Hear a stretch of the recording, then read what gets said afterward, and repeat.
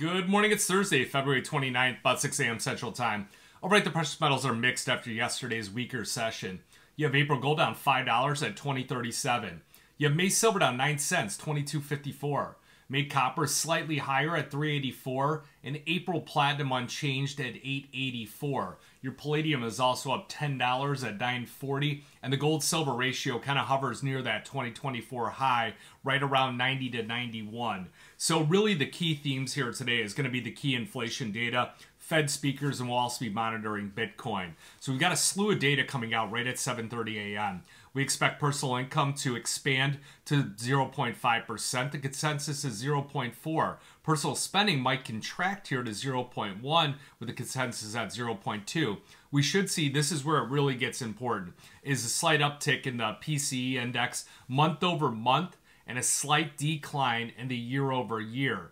We'll also see a slight increase expected on the core PCE, not only month over month and year over year. So you're going to expect to see some volatility right when those numbers come out. I think they'll shrug off the initial claims and also the continuous claims unless they're big outliers here and big misses onto the upside on both of them. As the day progresses, this is where Fed speakers may adjust some of their language. We've got Atlanta Fed President Bostic. He is an FOMC voter. He's going to speak at 9:50 a.m. And then later on at about 12:15, you're going to have Cleveland Fed President Messer, who's also an FOMC voter. And really, Loretta Messer came out and said that it would be a mistake to move rates down too quickly. So let's see if the data perhaps does something to adjust some of this language going forward.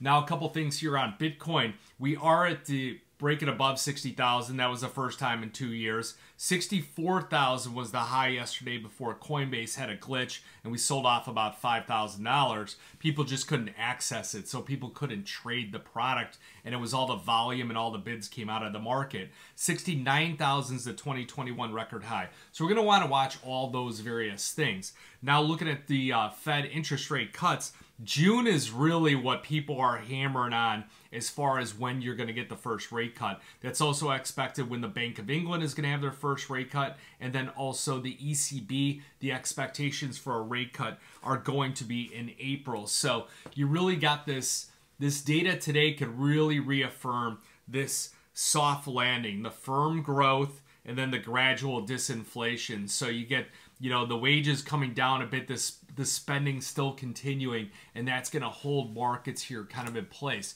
So getting into the technicals on gold, silver, platinum, palladium, copper, they're all kind of in the middle of nowhere here. So something I do and something you guys should have all on your charts is the average true range. So it says ATR.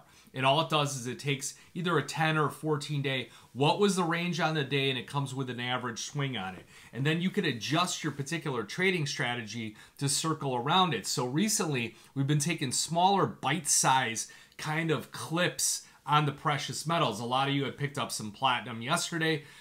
We had put in some sell orders a bit higher, $5, $7, $8, $9, $10 higher, and people had clipped out of it already. And the reason is that the average true range on platinum is only $19, and if you look at the chart on it, it really kind of comes back down to this 878 to 883, shoots up, gets a little bit below the 900, and then it kind of just falls apart from here. So average true range on platinum, 19 cents, copper, $5, silver, 45 cents, gold, $16. On copper, it's 5 cents. But $16 range on gold is not going to give you a whole lot there to work with. The 45 cents on silver seems to be most of the momentums to the downside because that chart's rolling over. So you're probably only going to get about 20 to 25 cents of upside action on here. So that's one tool you got to have in your toolbox. So trend reversal points again on the gold market. So this is where if we get the weaker PCE data, you get a punch through 2052. That's the 50-day moving average. 2058. We close above there.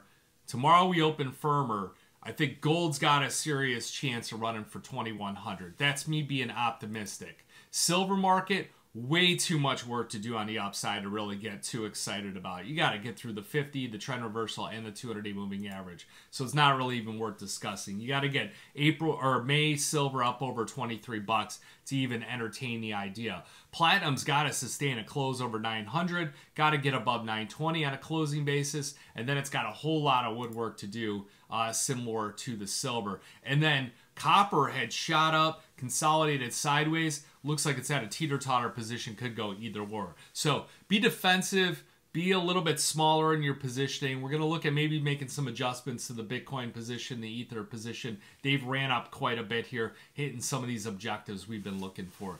You got any questions, give me a call, 312-858-7303. I did an interview on TD yesterday, or Schwab. I'll be on again at about 2:40 Central with Oliver here later in the day. So you got any questions, give me a call. Remember, futures option trading involves risk of loss. May not be suitable to all investors. Good luck, good trade.